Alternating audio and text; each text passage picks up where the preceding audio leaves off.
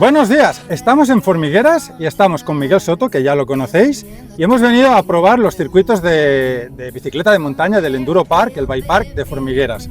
Lo hacemos con su propio material de alquiler que podéis encontrar en la tienda en el pie de pistas, de calidad.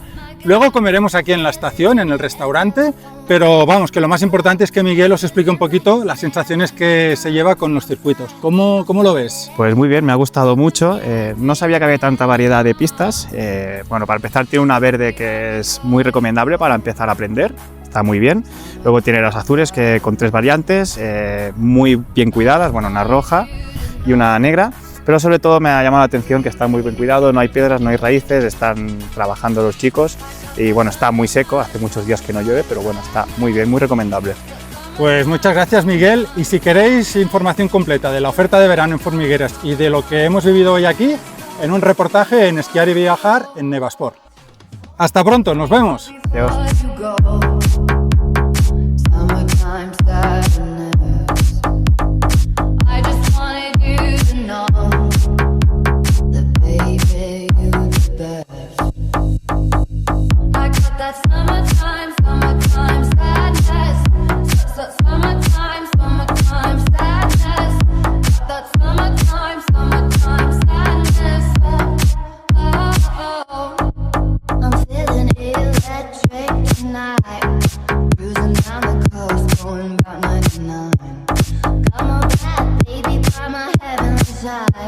I know if I go, I'll die happy tonight.